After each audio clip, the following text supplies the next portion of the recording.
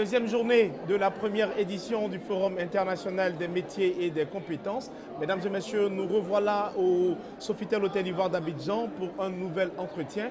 Et il nous plaît d'accueillir sur ce plateau de C'est-à-dire Madame Patricia Zoundi. Elle est présidente du MPME.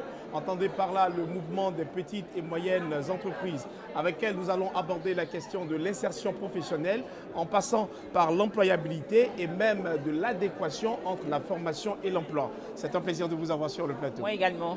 Alors, on va démarrer par cet état des lieux. Qu'est-ce qu'on retient des difficultés rencontrées par l'ensemble des jeunes de Côte d'Ivoire en ce qui concerne l'insertion professionnelle, en ce qui concerne la formation professionnelle? D'accord. Bon, il se trouve que chaque année, il y a un stock, si je peux m'exprimer ici, de jeunes qui arrivent sur le marché de l'emploi. Et ces jeunes-là peinent à pouvoir trouver un emploi. Et de l'autre côté, je prends mon point de vue du secteur privé, notamment au niveau des PME, qui sont à la recherche de ressources. Parce que pour moi, la première ressource d'une entreprise, c'est son capital humain. En effet. Donc, c'est ressources humaines. Donc, on a aussi des entreprises qui, elles, dans leur croissance, dans leur développement, recherchent des talents, recherchent des ressources humaines qualifiées. Mais quand elles vont sur le marché de l'emploi, elles ne trouvent pas forcément ce qu'elles veulent. Okay. Donc, du coup, ça pose un problème. Donc, on a des entreprises qui peinent à trouver les jeunes qu'il faut. Il y a des jeunes aussi qui ont du mal à pouvoir s'insérer. Donc, l'idée aujourd'hui, c'était de poser les problématiques de comment est-ce qu'on peut aligner en fait les besoins des entreprises et puis les formations de sorte que l'offre et la demande puissent se croiser. C'est ça la vraie question. Exactement. C'est ça la vraie question. Est-ce que vous, en tant que CEO, vous pensez que les formations proposées sont suffisamment adaptées aux besoins du marché? Non, il faut dire qu'il y a eu quand même des efforts. D'accord. Mais des efforts qui restent encore timides. Ok. Ouais, qui restent encore timides parce que vous voyez, la dynamique dans une entreprise, c'est la rapidité. Donc, c'est l'agilité. Mais le temps qu'au niveau de l'enseignement technique, on prenne le temps pour reformuler une formation curriculaire, vous voyez, ça prend assez de temps. Et très souvent, chacun a un agenda. Hein. Ce qui peut être jugé rapide pour le secteur public peut ne pas être rapide pour le secteur privé. Puisqu'on n'a pas la même appréciation en fait un peu du temps. Donc du coup, ça pose une réelle problématique. Mais en même temps aussi, on se rend compte que nous, en tant que secteur privé, tant qu'on n'a pas ces ressources humaines qualifiées, on ne peut pas être compétitif.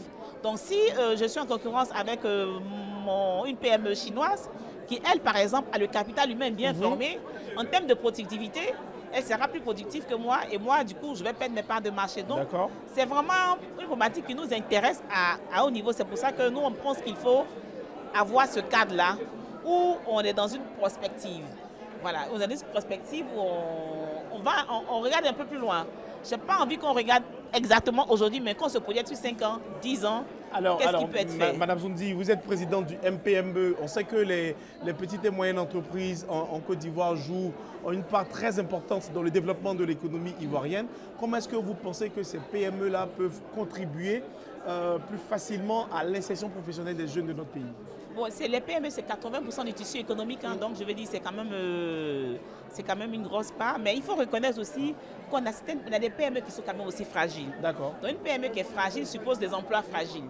Si une PME se crée, qu'elle embauche 3, 4, 5 personnes, qu'au bout de 3 ans, elle disparaît, c'est en même temps des emplois qui disparaissent. Donc aujourd'hui, c'est de réfléchir de manière plus collective pour voir aussi comment est-ce qu'en face, on construit des PME fortes, solides, durables, de sorte à pouvoir garantir un travail durable. Donc c'est tout un travail d'ensemble d'écosystème et je pense que là, de penser dans une stratégie globale où c'est bien précisé le rôle que doivent jouer les uns et les autres dans cette stratégie-là. L'insertion professionnelle est au cœur de notre entretien aujourd'hui.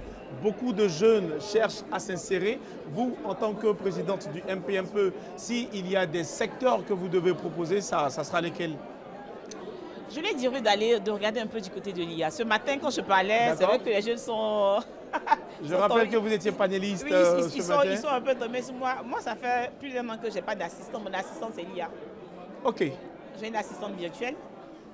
Mon assistance marketing. Qui vous organise les rendez-vous, les planifications? Même mes courriers, mes mails, avec qui je peux parler, je peux changer les problématiques, je peux me donner un canevas. Donc il y a déjà un poste de secrétaire qui a disparu. Exactement. Donc il y a un qui posait la question comme ça, mais qu'est-ce qu'on va devenir?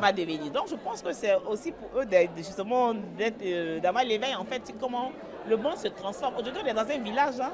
Voilà, il n'y a plus de barrières. Il n'y a plus de barrières. Donc on est dans un village donc planétaire, si je peux le dire ainsi. Donc c'est maintenant aux jeunes d'éveiller, de regarder vers tout ce qui est nouvelle technologie, IA, je vais dire numérique, voilà. Et même les métiers atypiques comme l'agriculture, où je suis, commencent à être transformés par l'IA. Moi, je fais ma planification agricole avec l'IA.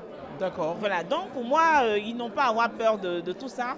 Parce que de toute manière, que tu aies peur ou pas, c'est une révolution qui a commencé. En effet. Donc que tu n'as pas les moyens de lutter contre la révolution, c'est de voir comment est-ce que je rentre dans cette révolution, comment est-ce que je trouve ma part dedans. Et c'est peut-être aussi le moyen de lancer un appel pour voir après comment est-ce qu'on remodule en fait tout ce qu'on donne aux jeunes pour qu'ils puissent aller se vendre aussi même ailleurs, pas forcément sur le marché ivoirien. Alors à présent, on va aborder la question du mentorat. Est-ce que c'est quelque chose d'essentiel dans le cadre de l'insertion professionnelle des jeunes? Je pense que c'est essentiel, mais je pense qu'il ne faut pas que les jeunes s'attendent à un mentorat physique, à une personne. Il y a des mentorats virtuels. Ok. Donc, il y a des mentors virtuels. Voilà, donc il ne faut pas que les jeunes s'attendent forcément à avoir un mentor. Et le mentor n'est pas forcément quelqu'un de public, de connu. Voilà, parce que souvent on va avoir... Tout le monde va avoir Patricia Zoundi à ses côtés. Bon, peut-être pas moi, mais on va avoir des mentors, des personnes, voilà. Donc pour moi, le mentor peut être même quelqu'un de mon école, de ma classe, peut-être quelqu'un qui est en troisième, qui est beaucoup plus studieux. Tout dépend de ce qu'on voilà. Donc je pense qu'il faut, le mentorat il est important, mais il ne faut pas le rechercher forcément. Ça ne sert à rien d'avoir un mentor que vous ne pourrez jamais rencontrer, qui est hyper occupé. Donc si vous aspirez à avoir un mentor qui est tout en partie et que vous n'avez jamais l'occasion de le rencontrer, c'est peut-être pour la forme. En effet. Mais c'est déjà important de regarder dans son cercle, ou ça peut être un oncle, qui, par sa manière de faire, impressionne. Donc, on a tous besoin d'un mentor pour y avancer. Et puis après, vous aurez le mentor que vous voulez, qui est peut-être la personne publique. Alors ça, c'est l'une des questions que je pose généralement à l'ensemble des invités sur ce plateau. Première édition du FIMEC, le Forum international des métiers et des compétences, qui est donc organisé par l'AGEFOP. C'est quoi votre vision là-dessus, votre mot sur une telle rencontre? Non, moi, je voudrais déjà féliciter la directrice, parce que ça a été une très belle initiative. Et quand elle nous a approchés au niveau de l'association, je lui ai dit non, vous prêchez déjà un converti, vous prêchez, vous ouvrez une porte déjà ouverte. Parce que nous, c'est notre problème quotidien. Comment est-ce qu'on va avoir des ressources humaines qui sont assez formées, assez compétentes pour pouvoir. Donc du coup, moi je voudrais vraiment la féliciter. Je pense que j'ai vu dans le programme qu'il y aura un livre blanc. Donc j'attends de voir le contenu du livre blanc. Et surtout que ce ne soit pas seulement un livre blanc qui va être remis et puis après on va passer à autre chose. Que ce soit un livre blanc qui aurait un plan d'action. Voilà. Et quand on revient par exemple le deuxième forum, on s'est dit du premier au deuxième, voilà ce qui a été fait, voilà ce qui reste à faire. Mais mieux, je pense qu'on doit s'inscrire dans une prospective. Vu que les choses changent, les métiers changent, aujourd'hui avec l'influence, il faut qu'on puisse identifier en fait dans 5 ans, dans 10 ans, voilà comment on pense que le monde de l'emploi voilà comment l'entreprise va se comporter. Voici comment le monde de l'emploi, de sorte que les jeunes déjà en classe de CM2, ils puissent se projeter. Voilà. Donc il ne faut pas que ce soit des choses dans le court terme au jour le jour, parce que j'imagine que mettre en place tout un programme de formation, ça nécessite quand même vraiment beaucoup de temps. En effet. C'est cette perspective-là dans laquelle il faut se mettre. Si je peux me permettre, j'ai vu des expériences ailleurs qui, pour moi, m'ont impressionné. Je pense qu'on a aussi la capacité de pouvoir le faire, en fait. Merci beaucoup, Madame Zoundi. Merci. Je rappelle que vous êtes présidente du MPME. Exactement. Du MPME, pardon, c'est le mouvement des petites et moyennes entreprises. Avec vous sur ce plateau, nous avons abordé la question de l'insertion professionnelle. Mesdames et messieurs, c'est ici que nous mettons un terme à cette émission. Merci de nous avoir suivis. Au revoir.